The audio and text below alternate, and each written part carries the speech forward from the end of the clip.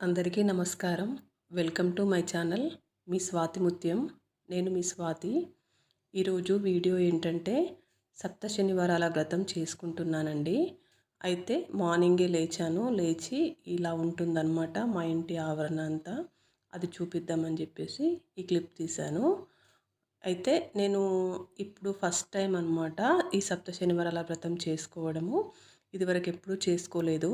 ఎన్నో రోజుల నుంచి అనుకుంటున్నాను కానీ మరి బహుశా నాకు అంత శక్తి లేదేమో అప్పుడు. స్వామి నన్ను కనికరించలేదు. నాకు చాలా రోజుల నుంచి అనుకుంటున్నాను, చేసుకోవాలి తండ్రి, నీ వ్రతం చేసుకుంటాను, నాకు ఆ శక్తిని ప్రసాదించు అని చెప్పేసి చాలా రోజుల నుంచి నేనైతే కోరుకుంటున్నాను. ఇన్ని రోజులకు స్వామి కనికరించాడనమాట. అంటే నాకు ఆ బలం వచ్చిందని నా మనసుకే నాకు తెలిసిపోయింది. ఇంకా నాకు అనిపించి ఇంకా నేనైతే స్టార్ట్ చేశాననమాట. ఇది ఇది నవమి వచ్చిందనమాట. శనివారము నవమి వచ్చింది. మంచిగానే ఉంటుంది అని చెప్పేసి నా మనసుకైతే అనిపించేసి ఇంకా నేను ఇవాళ చేసుకోదలుచుకున్నాను. నిన్ననే మొత్తం క్లీనింగ్ అంతా చేసుకున్నానండి. నీట్గా చేసేసుకొని ఇంకా మార్నింగే లేచి తలస్నానం చేసేసి ఇంకా అంతా మంచిగా నీట్గా ఈ రోజువారీ పనులు ఉంటాయి కదా, ముగ్గులు పెట్టుకోవడము, కడపలు కడిగి మంచిగా పసుపు కుంకుమ అద్ది అట్లాంటి పనులన్నీ నీట్గా చేసేసుకున్నాను. తర్వాత తులసమ్మ దగ్గర కూడా కొంచెం దీపం పెట్టుకుంటాం కదా రెగ్యులర్గా, అలాగే దీపం పెట్టేసుకొని కొంచెం ఒక ముగ్గు వేసేసుకొని నైవేద్యం అయితే పెట్టేసుకున్నాను. తర్వాత లోపలికి వచ్చేసి ఇంకా మన వంట పనులు ఉంటాయి కదా, నైవేద్యాలు పెట్టాలి స్వామికి, అవి ప్రిపేర్ చేసుకోవాలి. అయితే నాకు అనిపించింది ఏంటంటే నాకు అంత ఓపిక ఉందా స్వామికి పూజ చేసుకునే అంత? ఒక వారం కాదు, 2 వారాలు కాదు, 7 వారాలు చేసుకోవాలి, ప్లస్ వడ్డీ వారం చేసుకోవాలి అని చెప్పేసి చాలా ఆలోచించాను. ఎందుకంటే మధ్యలో వదిలేయకూడదు కదా, అది నాకు ఇష్టం లేదనమాట. చేతనైతే చేసుకోవాలి, లేదంటే ప్రతిరోజు మనం దీపం ఎట్లా పెట్టుకుంటామో అట్లా పెట్టేసుకోవాలి అనేది నా ఆలోచన. పెద్ద పెద్ద పూజలు చేసేటప్పుడు ఏంటంటే మనము నిలిపివేయకూడదు. అందుకోసం అని చెప్పేసి నేను ఆలోచించి చేసుకున్నాను. ప్లస్ నాకు అనిపించింది ఏంటంటే మనకు ఆనవాయితీ లేనిది మనం చేయకూడదు కదా అని కూడా అనిపించింది. కాకపోతే మా ఇంటి ఇలవేల్పు వెంకటేశ్వర స్వామి అండి. అందుకోసం అని చెప్పేసి నేను ధైర్యం చేశాను. వెంకటేశ్వర స్వామికి పూజ చేసుకుంటాము రెగ్యులర్గా. సత్యనారాయణ స్వామి వ్రతం కూడా రెగ్యులర్గా చేసుకుంటాము. అందుకోసం అని చెప్పేసి ఇంకా నేను చేయదలుచుకున్నాను. నల్ల నువ్వులు, ఇవి నల్ల నువ్వులు కొంచెం క్లీన్ చేసి పెట్టుకొని, స్వామికి ఇష్టం కదా ఈ ప్రసాదము. ఫస్ట్ నైవేద్యము నల్ల నువ్వుల లడ్డూలే అనమాట. ఇవైతే ప్రిపేర్ చేసుకుంటున్నాను. మనకు కావలసినంత మేరకే చేసుకోవచ్చు అనమాట. ఆడంబరంగా పోవాల్సిన అవసరం ఏం లేదు. ఇలా చేసుకుంటేనే స్వామి కనికరిస్తాడు, ఇంత అలంకరించుకోవాలి, ఇంత ఖర్చు పెట్టాలి అనేది ఏం లేదు. ఇంతమందికి పిలిచి భోజనాలు పెట్టాలి, అవన్నీ ఏం పెద్ద పెద్ద ప్రాసెస్ ఏం అనుకోలేదు నేనైతే. ఎందుకంటే నాకు చాచనేంతలో చేసుకోవాలి అని అనిపించింది అనమాట. భక్తి ముఖ్యం కదా, మనము ఎంత డెకరేషన్ చేసాము, ఎంత మందిని పిలిచి భోజనాలు పెట్టాము అనేటివి కాకుండా భక్తి ముఖ్యమని అనిపించింది. ఇవైతే పిండి దీపాలన్నమాట. అయితే ఒక చిన్న బెల్లం గడ్డ, అద్దపావంత బెల్లం గడ్డ తీసుకుంటే మనకు పిండి దీపాలలోకి ప్లస్ పానకం చేద్దాం అనుకుంటున్నాను స్వామికి కొంచెం. దానికి నల్ల నువ్వుల లడ్డూలకి పనికొస్తుంది అనమాట. అలాగే ఈ పిండిలో, వరిపిండిలో కొంచెం ఆవు నెయ్యి, కొంచెం తేనె, కొన్ని పాలు మిక్స్ చేసుకోండి. అలాగే బెల్లం కలిపిన నీళ్ళు ఉన్నాయి కదా, అవి వేసేసి తడపండి. తడిపితే ఏంటంటే ఇంకా మనము పంచామృతం చేసే పని కూడా లేకుండా మంచిగా ఇందులోనే అంతా కలిసిపోతుందన్నమాట. సరిపోకపోతే కొన్ని వాటర్ పోసుకోవచ్చు. అంతవరకైతే మంచిగా ఉంటుంది పిండి. దీపాలు మంచిగా అవుతాయి అన్నమాట. నేనైతే ఇలా ప్రిపేర్ చేసుకున్నాను. తర్వాత కొంచెం సేపు అది నాననివ్వండి. నానిన తర్వాత మనము ప్రమిదలు చేసుకోవచ్చు.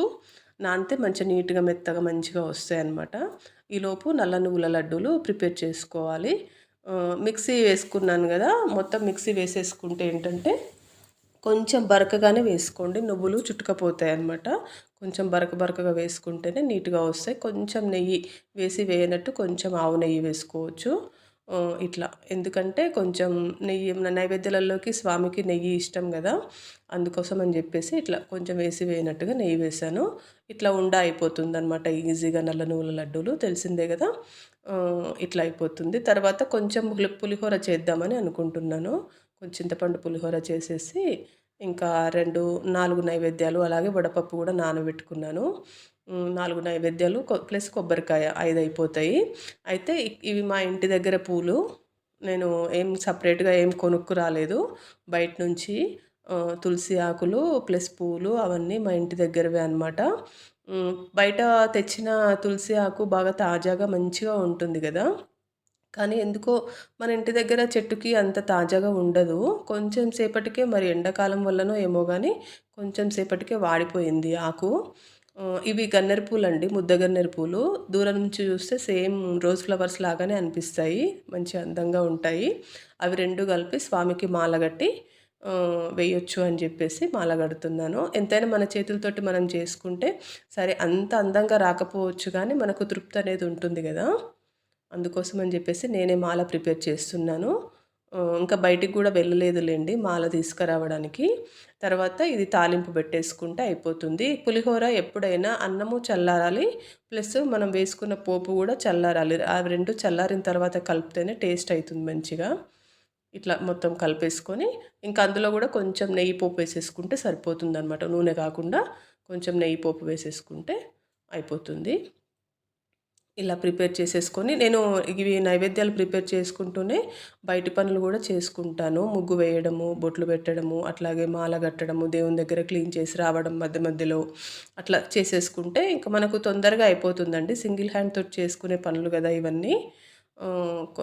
అటొక పని ఇటొక పని చేసుకుంటూ మధ్య మధ్యలో చేసుకోవచ్చు అనమాట. ఇట్లా కృష్ణయ్య దగ్గర ఇట్లా 2 పువ్వులు పెడతానమాట ప్రతిరోజు. చిన్న ముగ్గు వేసేసుకొని కొంచెం పసుపు కుంకుమ అట్లా అద్దినట్టు చేసి ఒక 2 పువ్వులు పెడతాను. ఈ పిండి దీపాలు ఇట్లా ఉన్నాయి కదండి, ఇట్లా మంచిగా ఇట్లా చేసేసుకోండి. కోలతోటి ఇట్లా ఈజీగా వచ్చేస్తాయి. ఏ గ్లాస్ అయినా పర్వాలేదండి, గాజు గ్లాస్ అయినా స్టీల్ గ్లాస్ అయినా ఏ గ్లాస్ తోటైనా వచ్చేస్తాయి అవి ఈజీగా. కొంచెం పొడిపిండి అద్దుకోవాలన్నమాట.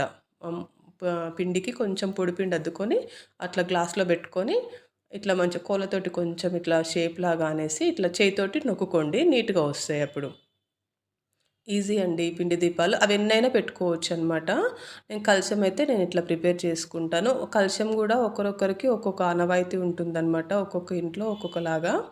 కొంతమందికి అసలు కలశం ఆనవాయితీయే ఉండదు. అట్లాంటి వాళ్ళు వదిలేయచ్చు, ఏం కాదు. ఉంటేనే పెట్టుకోండి.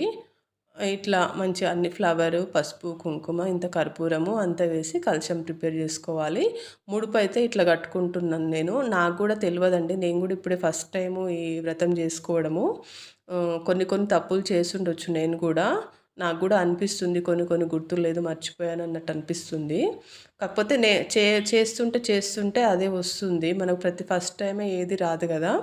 ముడుపు అయితే కట్టి పెట్టుకున్నాను నేను. తర్వాత ఇట్లా పిండి దీపాలకి ఇట్లా మంచిగా బొట్టు పెట్టేసి గంధము కుంకుమతోటి బొట్టు పెట్టేసి అలంకరించుకోండి. ఇట్లా అలంకరించుకున్న తర్వాత ఇంకా మనము పూజ రూమ్లోకి వెళ్ళేస్తే అయిపోతుందన్నమాట. ఇంకా పనులన్నీ అయిపోయాయి. నైవేద్యాలు కూడా పైకి తెచ్చుకున్నాను మంచిగా. మాకు పూజ రూమ్ పైన ఉంటుందన్నమాట. డూప్లెక్స్ మాది. పూజ రూమ్ పైన ఉంది. ఇంకా కొంచెం కిందికి పైకి తిరగడము ఎక్కువైపోతుందన్నమాట ఇట్లా స్పెషల్ పూజలు ఉన్నప్పుడు. కానీ మనకు ఈ పూజ మనకు ఎంతో ఆనందాన్ని, మంచి హాయిని ఇస్తుంది కాబట్టి పనైనా పర్వాలేదండి. ఇట్లా పులిహోర, వడపప్పు, పానకం, లడ్డూలు పెట్టుకున్నాను. అట్లాగే గణపతిని పెట్టుకున్నాను. గణపతికి ఒక ఆకు, ఒక్క పువ్వు సమర్పించాను. నాకైతే పెద్దగా అవి శ్లోకాలు అవి ఏం రావండి. మామూలుగానే పూజ చేసేసుకుంటాను నేను. ఎందుకంటే మనకు రాని శ్లోకాలు మనము నోరు తిరగకుండా మనం తప్పులుగా చదవకూడదని నా ఉద్దేశము. వచ్చినవి ఒకటో రెండో నామాలు అట్లా చదువుకుంటానన్నమాట. గోవింద గోవింద అని చదివేసుకుంటాను. కానీ రానివి మనం నోరు తిరగకుండా మనం తప్పులుగా చదివితే మనకే బాధ అనిపిస్తుంది. అందుకని చెప్పేసి నేను ఇంకా నా మనసులో భక్తి ఉంది, అది చాలు నాకు. పెద్ద పెద్ద శ్లోకాలు, సంస్కృతం శ్లోకాలు చదవాల్సిన పని లేదు అని అనుకుంటాను. అమ్మవారికి అయితే ఓం శ్రీమాత్రే నమః అనుకుంటాను. ఓం లక్ష్మీదేవే నమః అనుకుంటాను. వెంకటేశ్వర స్వామికి అయితే శ్రీ వెంకటేశ్వర అని అనుకుంటాను, లేదంటే గోవింద గోవింద అని అనుకుంటాను. శివునికైతే ఓం నమ శివాయ అంతవరకే, సాయిబాబాకైతే ఓం సాయిరాం బాబా అనుకుంటాను, అంతే అనమాట. అయితే ఇప్పుడు పిండి దీపాలు ఇట్లా పెట్టేస్తున్నాను. పిండి దీపాలు నేను 2 ఒత్తులేసి పెట్టానండి. అది వీడియో మిస్ అయింది. అయితే కొంతమంది 7 ఒత్తులు వేసి కూడా పెడుతున్నారు. అట్లా కూడా పెట్టుకోవచ్చు. కాకపోతే సింగిల్ ఒత్తి మాత్రం వేయకండి. జంట ఒత్తులు వేయాలన్నమాట. మనం మామూలుగా దీపారాధన చేసినా, పిండి దీపాలకైనా జంట ఒత్తులు కంపల్సరీ ఉండాలి. ఇంకా 7 ఒత్తులైతే ఇంకా కొంచెం ఇంకా మంచిగానే ఉంటుంది. కానీ కొంచెం మంట అనేది ఎక్కువగా అయిపోతుందని చెప్పేసి నేను 2 ఒత్తులు వేసి పెట్టుకున్నాను.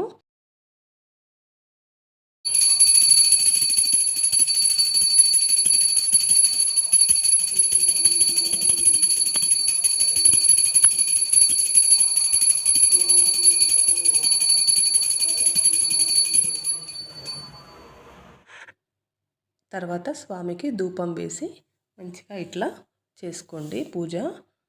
అయితే మనము అనుకున్న సంకల్పం ఎప్పుడైనా నెరవేరని, కానీ స్వామికి చేసే పూజ మాత్రం మనం భక్తితో చేస్తున్నాము.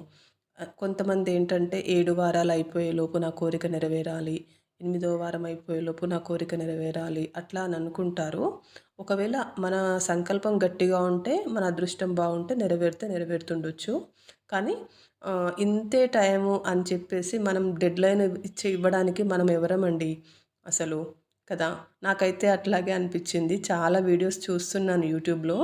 చాలామంది మాకు ఇదయింది, మాకు అదయింది అని అనుకుంటున్నారు.